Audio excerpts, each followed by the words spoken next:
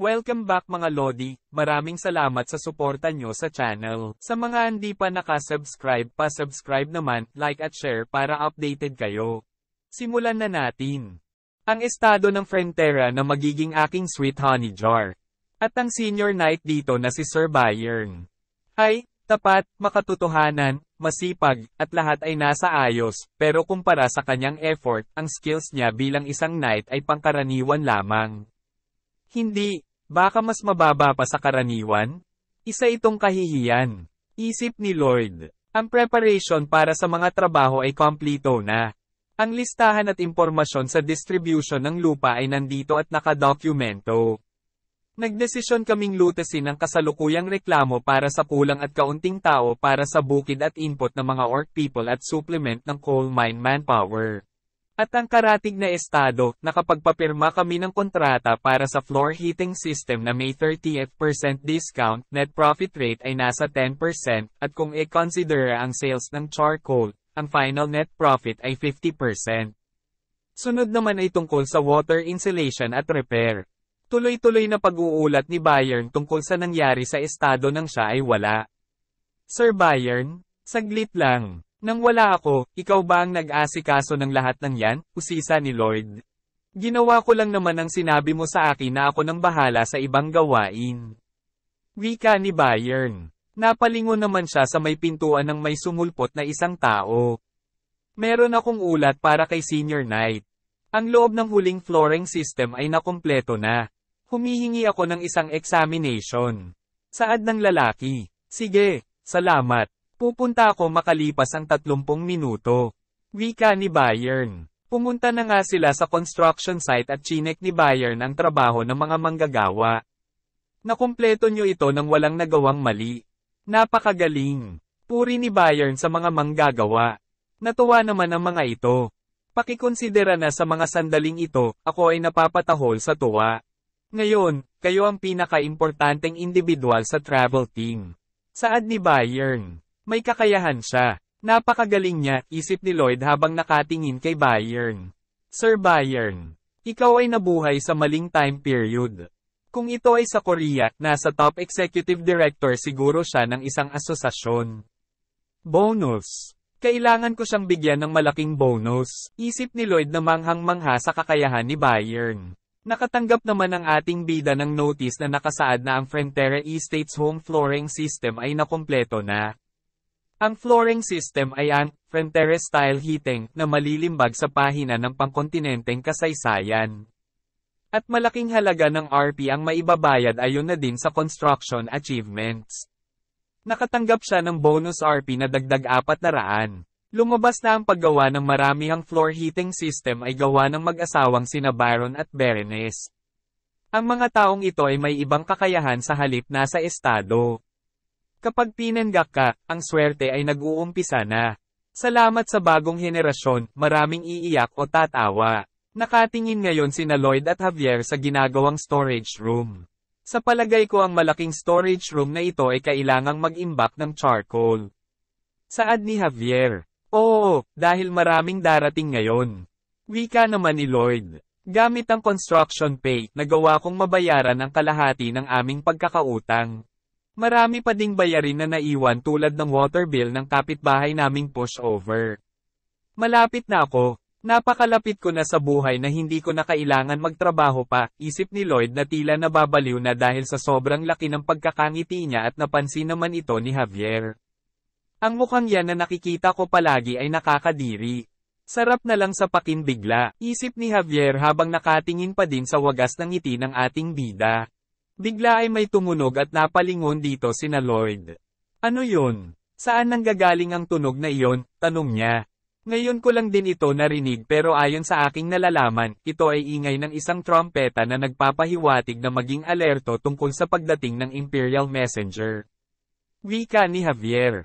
Paanong mapupunta dito ang isang Imperial Messenger? Usisa ni Lloyd. Hindi nga nagkamali si Javier, may dumating ngang isang Imperial Messenger na nakasakay sa kabayo nito kasama ang iba na tagapatunog ng trompeta at ang isa ay may dalang pulang carpet at ang iba ay ang tila mga tagapagtanggol nito.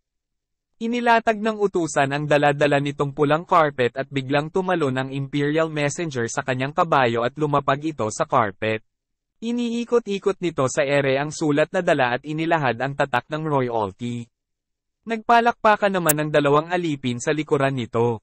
Anong klaseng basurang pagtatanghal pag ginagawa nito na napakatagal? Sabihin mo na ang nais mong sabihin, isip ng inis na si Lloyd habang nakatingin sa Imperial Messenger. Lumuhad naman sina Baron, Baroness at Lloyd sa tapat nito. Mamamatay na ako dahil sa nakakatawang pakiramdam na ito, inis niyang dagdag.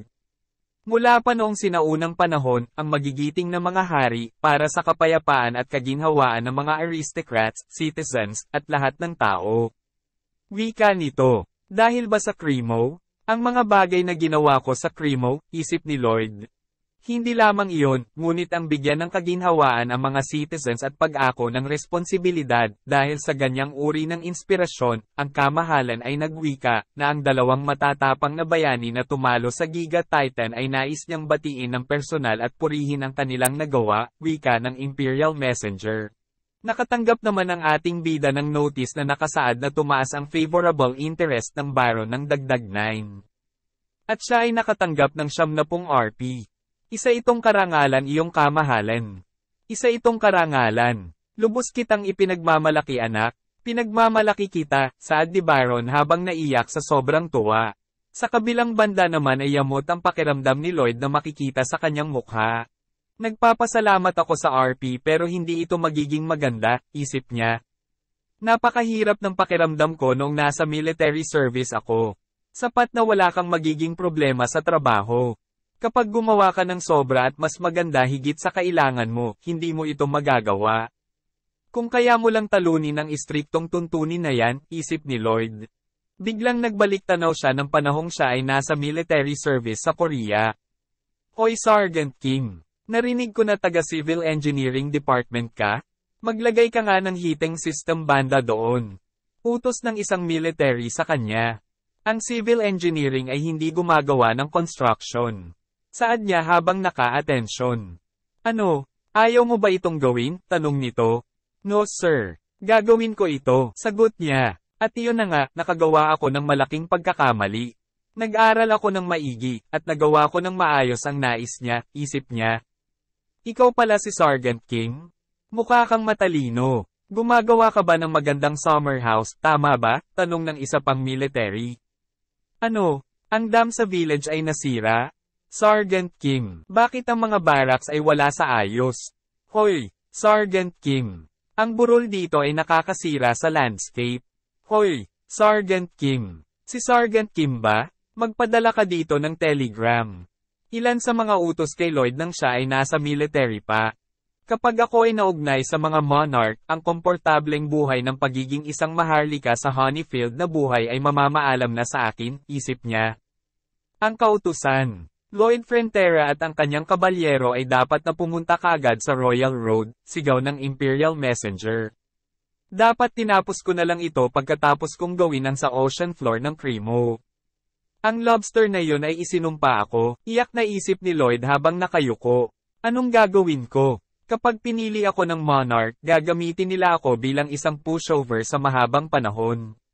Dapat ba akong umastang walang alam? Hindi. Delikado yon. Kapag ginawa ko yon iisipin nilang baliw ako baka pugutan nila ako ng ulo, tuloy-tuloy niyang isip.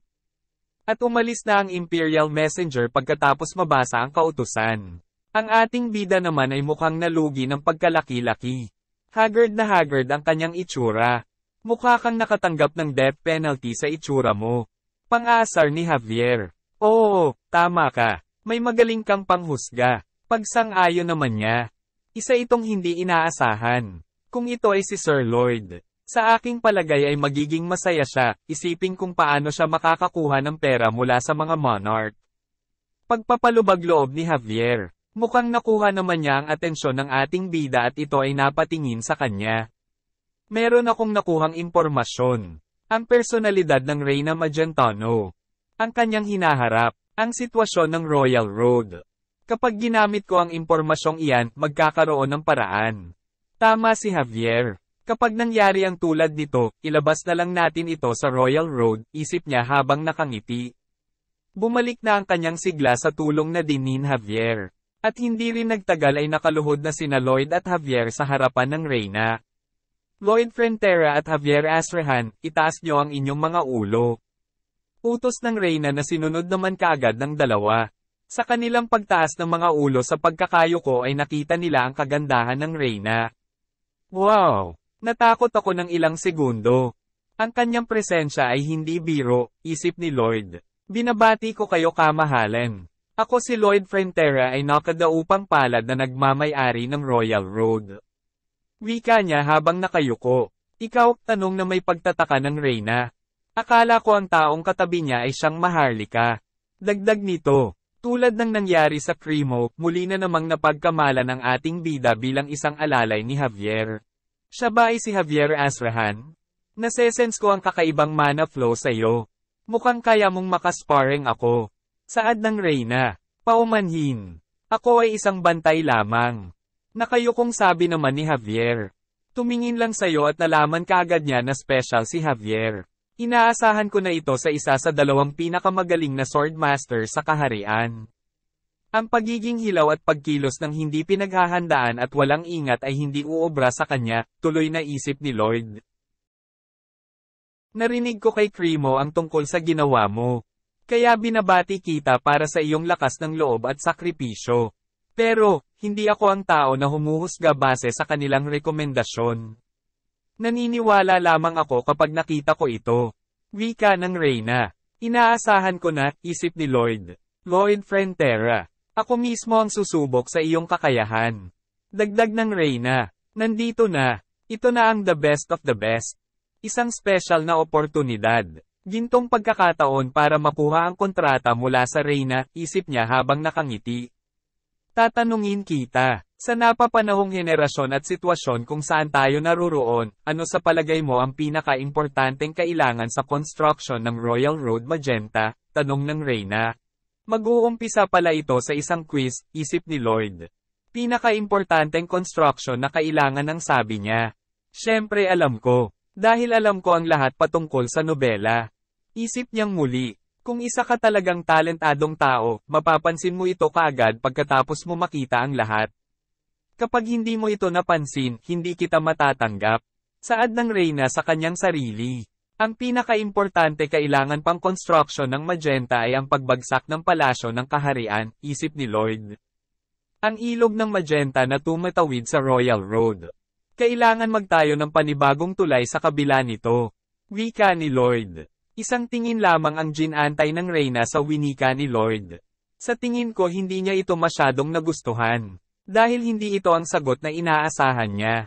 Pero dahil sa kanyang personalidad, hindi niya basta-basta na lang tatapusin ito dito, muling isip niya. Ang karakter na may pinakamalakas na kapangyarihan at tiyak na puwersa. Na may pagkakapantay-pantay at pagkamakatarungan, pinapakinggan niya ang payo ng lahat ng walang diskriminasyon. At siya ay ang Reyna. At ang rason, tanong ng Reyna. Ang iba ay iisipin na ang palasyo ang pinaka-importante. Matagal nang nakalipas, nakarating sa aking kaalaman na may isang evil dragon ang nagsira sa tuktok ng tore ng 2 beses. At para maiwasan ito sa pangatlong pagkakataon, ang bubong ay ginawang patag at malawak tulad ng sa ngayon. Dahil na din sa takot na baka ang bubong ay makuha ng buo, ang bubong ng palasyo ng Magenta ngayon, ay naging napakabigat.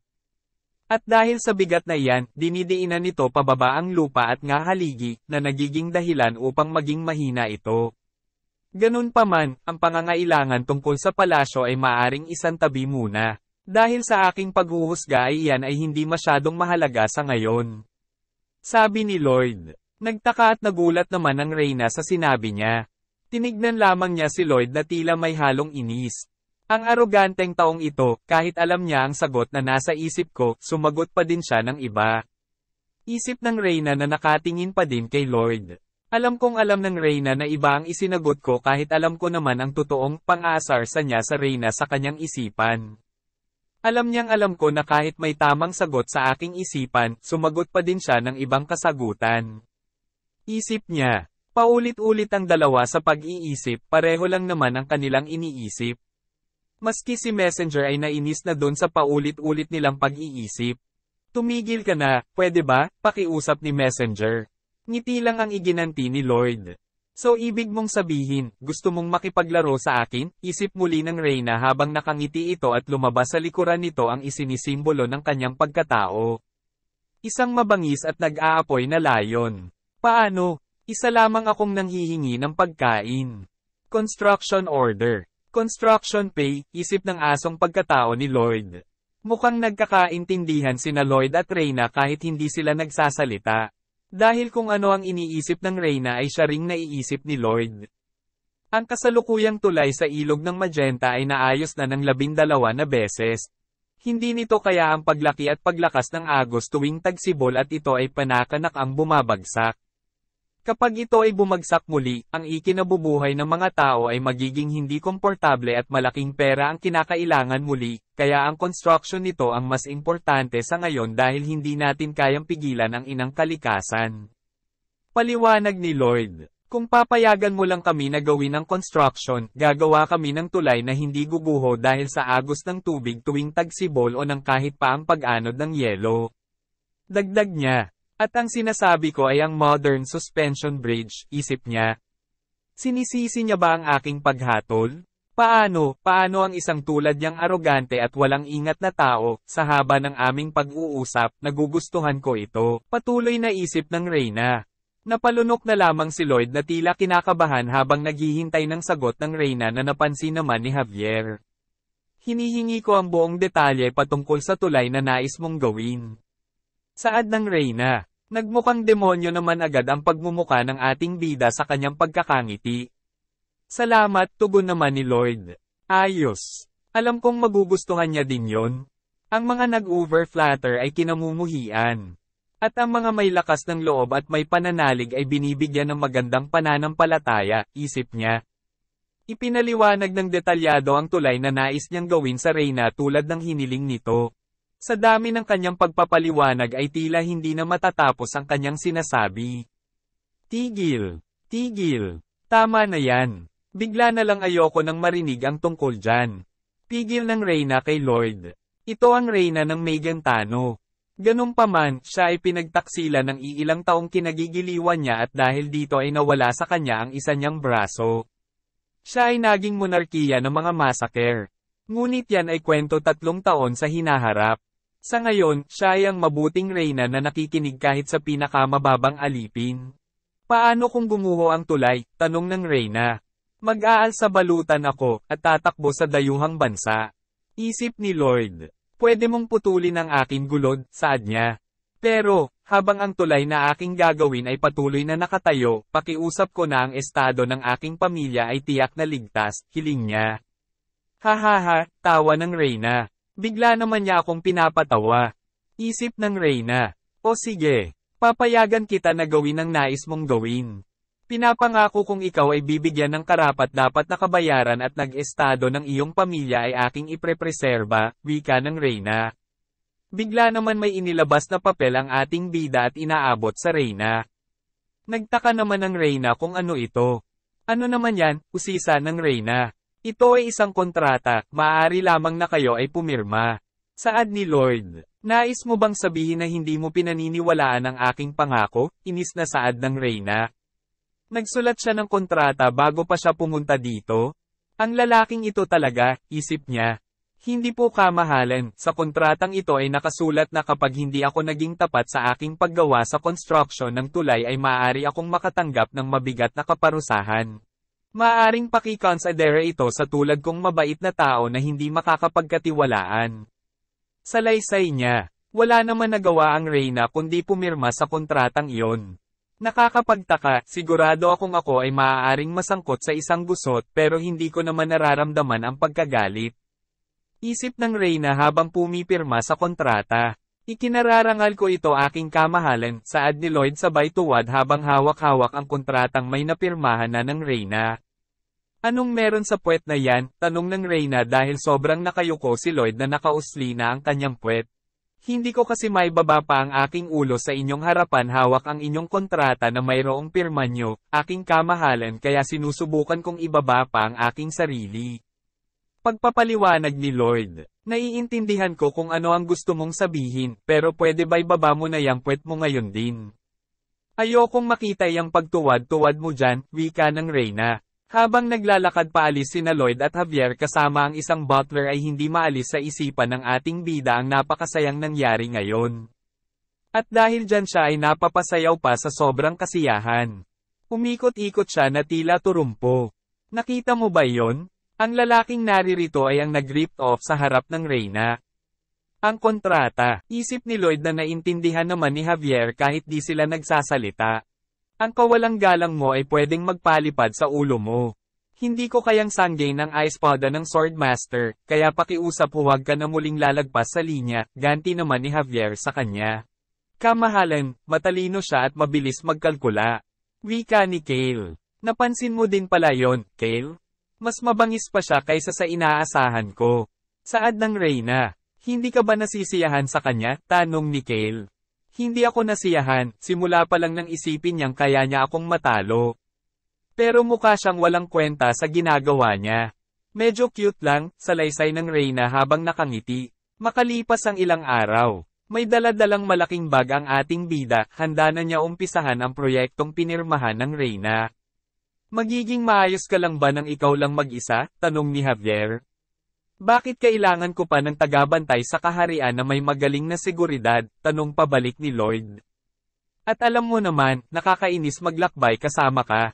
Inis na wika ni Lloyd. Kahit kanina nang sinabi kong aalis ako para kumuha ng survey, hindi ako makafocus ng dahil sayo. Dagdag niya. Kaya naman pala hindi makafocus ang ating bida ay dahil habang kumukuha siya ng survey kanina ay napakaraming babaeng nakapalibot sa kanila upang masilayan lamang si Javier, na lubhang kinaiinis naman niya. Pakiusap, pakikamusta na lamang ako kay Julian. Pakisuyo na lang ni Javier. Okay. Nakuha na, tugon naman ni Lloyd. Si Julian Frontera. Siya ay ang nakababatang kapatid ni Lloyd na nag-aaral ngayon sa Royal Academy. Bago umalis patungong Royal Road, ang Baronesa ay nagpabaon ng maraming damit panlamig at mga kumot upang ibigay kay Julian. Ngayong naisip ko ito, ano nga ulit nangyari sa nobela? Tanong ni Lloyd sa kanyang sarili. Ngayong mga taon na ito, ang pamilya ni Baron ay nalugi na kaya hindi na nila mabayaran ang tuition fee, na naging dahilan upang mapatalsik siya sa kanyang dormitoryo.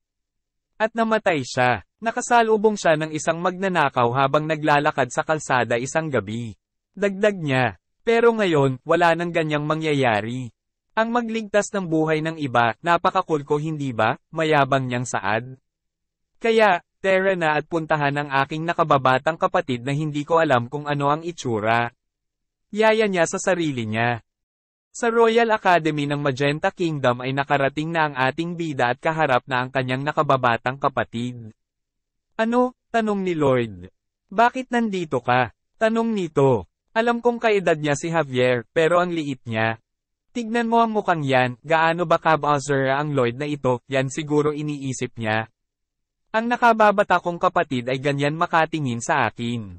Kapag masyado akong naging mabait na walang konsepto ng pagiging aso at anghel, hindi na siguro siya magtataka, hindi ba? Isip ni Lloyd. Yan. Pinadala ni Mama para sa'yo. Saad ni Lloyd sabay hagis ng bag dito. Oh my gosh, gulat nitong Salo sa bag na bigla niyang hinagis. Hindi ba tinawag niya kong baliw na Baloma? At, ang taong ito ay pumunta dito para lang sa utos ni Mama, isip ni Julian. Nakatanggap naman ng notice ang ating bida na nakasaad na siya ay masyadong naging palakaibigan. Dahil dito ay nagtataka tuloy si Julian kung siya ba talaga si Lloyd. Anong klaseng pag-uugali ba ang ginagawa ko? Napakasama ko ba talaga? Isip ni Lloyd. Sige alis na ko, Shaggy. Wika niya sabay tumalikod na. Aalis nang hindi ako sinasaktan? Ganito ba talaga siya? Tanong sa isip ni Julian. Lalong nagsuspetsya tuloy si Julian kay Lloyd ayon sa notice na muli niyang natanggap. Sabi mo din. Ano, gusto mo ba potongan ko siya sa ulo? Tanong ni Lloyd. May naalala si Lloyd na bili ng kanilang ina. At, pwede bang samahan mo si Julian, para kumain man lang kayo sa labas? Gaano kaya siya kalungkot ngayon? Bili ng kanilang ina. Napakamot ng ulo si Lloyd dahil sa kanyang naalala. Shaggy, meron bang mamahaling restaurant na pwedeng kainan ng tanghalian dito? Tanong niya. Meron. Bakit? Tanong nitong pabalik. Bakit? Siyempre bibilhan kita ng pagkain, Shaggy. Saad niya. Bakit kuya? Tanong nitong muli. Bakit? Dahil sinabi din ni Mama. Shaggy. Walang kagana-gana niyang sagot. Tanging tingin lang ang iginanti ni Julian. Sa loob ng mamahaling restaurant ay nakaupo na sila at nakatingin sa menu si Julian habang tahimik lang ang ating bida. Gusto ko orderin ng basic regular, saad ni Julian na pinutol naman agad ni Lloyd. Kumain ka ng mamahalin, hindi ka naman normal na pumupunta sa restaurant na tulad nito, wika ni Lloyd sa kapatid. Tanging katahimikan lang ang ganti ni Julian. Shaggy. Tawag ni Lloyd. Kalimutan na nga, sinabi ko lang yon dahil iyon lang ang pagkain na pamilyar ako. Isip ni Julian. Sige, special D na lang. Tugon niya. Bakit siya nagiging ganito? Lagi siyang nagmumura kapag nagsisilite siya. Ang baliw na tumadyak sa akin dahil lang nagka-eye contact kami. Isip muli ni Julian. 2 special D, please. Order ni Lloyd sa waiter. Mukha kayong mga banyagang panauhin, kailangan nyo ba ng maiinom? Tanong ng waiter. Hindi ako umiinom. Hindi. Tinihil ko na. Yun na yun. Sabi niya.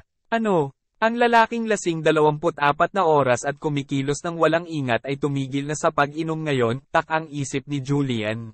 Nung mga nakaraang araw, isang tao ang biglang bumisita sa palasyo. Isang kwento tungkol sa trading city ng Cremo 9 aatake ng Giga Titans at ang taong nakatalo dito ay may pangalang Lloyd Frontera. Hindi ako makapaniwala. Lloyd Frontera, ang taong yon. Dahil siya ang taong walang isip kahit kakayahan upang gawin yon. Halatang kalokohan yon, sigurado akong si Javier ang tumapos sa tagumpay na iyon mag-isa. Naisip ko na napaka-weird. Kakaiba ito. Kakaibang tao siya, patuloy sa pag-iisip si Julian habang kumakain sila. At habang sila ay kumakain ay bigla na lamang may bomb atok sa kanya. Aray, bulalas ni Julian. Napatingin naman si Lloyd at walang kare-reaction ang mukha nito. Bakit ka kumakain dito? Tanong ng lalaking ng batok. Pasensya na, medyo kakaiba ang mga pangyayari ngayong araw. Saad ni Julian. Kakaiba? Paanong kakaiba? Tanong muli ng lalaki. Anong natutunan mo sa law class? Dagdag nito sabay batok muli kay Julian na sa pagkakataong ito ay mas lumakas. Aray, tanging nasambit ni Julian. Malabo ba ang batas? Depende sa sitwasyon, basta mo na lang babaliin ang batas, wika nitong muli sabay kotong muli kay Julian. Ang anak ng Baron ay hindi dapat kumakain sa kahangahangang lugar, dahil, nakakainis ito, dagdag pa ng lalaki. Napatingin naman si Lloyd sa mga nagtatawanan sa kabilang lamesa. Dahil ayaw kong maging parte ng pulubing pamilya. Sa palagay mo ba nagawa mo na lahat? Hampas lupa ka, anong meron sa estado nyo? Meron nga palang mga maduduming alipin doon. Wika ulit nito. Tila walang pakialam ang mga tao roon sa ginagawa ng lalaki kay Julian. Tila wala silang nakikita, at ang iba ay nagtatawanan pa sa kanilang nasasaksihan. Tama, ayon sa Academy Magazine, mas importante ang family status kaysa sa academics, tama ba? Isip ni Lloyd. Napaka-ironic lang dahil ang mahirap at ang anak ng nakatirang lalaki sa isang nayon ay malapit sa royal family. Anong dapat kong gawin? Kapag tumulong ako, mas lalong hihirap para sa kanya ang school life niya dito. At si Julian ay nagpapahiwatig na huwag siyang tulungan. Isip ni Lloyd habang nakatingin sa kaawa-awang sitwasyon ng nakababatang kapatid. Meron itong mga pasa sa katawan at naiiyak na ito sa sakit dahil sa ginagawa sa kanya. Sa aking pamilya, merong loko nata na kinikilala ng kaharian. Iyan lang ang paraan upang maging qualified na kumain dito. Wika ng lalaki. Nagulat naman si Lloyd sa sinabi ng lalaki. Sa salitang loko nata ay naalala niya si Viscount Lacona. Patuloy sa pag-iisip ang ating bida. At bigla-bigla ay lumitaw na naman ang kademonyuhan ng kanyang ngiti. Anong pangalan ng ama mo? Tanong niya rito at nasa tabi na pala siya nito. Ang aking ama, ang wise at maaway na si Viscount Lacona. Pagmamayabang nito, sino ka ba? Magkamag-anak ba kayo nitong si Julian? Huwag ka na makialam at umalis ka na dito, saad nito. Alis, wika nito at bigla siyang sinampal ni Lloyd. Sa sobrang lakas ng sampal nito ay tumilapon hindi lamang ang ngipin nito kundi pati ito. Nagulat naman si Julian sa ginawa ni Lloyd. Gumulong-gulong ang lalaki sa sahig sa sobrang lakasan ng sampal ni Lloyd at tumigil lang ito ng mabangga na sa dingding. Ang cooldown ng attack skill ng mana ay mura lang sa loob ng 0 segundo. Isip ni Lloyd. Pagmamayabang ba yan ng walang ginamit na skill? Tanong ni Messenger. Baliw ka. Para galawin ng isang upper union member, saad ng isang lalaki. At ganoon din ang ginawa ni Lloyd dito, sinampal niya ito at lumipad kasama ang ngipin nito sa lakas ng pagkakasampal. Ako ang number 1 mithril fist sa sophomore year. Humanda ka ng mamatay ngayon, saad pa ng isang malaking study auntie. At tulad sa ginawa ni Lloyd sa iba, ginawa din niya ito sa malaking study auntie ng walang kahirap-hirap. Sino ka ba? Anong klaseng baliw ka ba? Saad ng kambal na study auntie.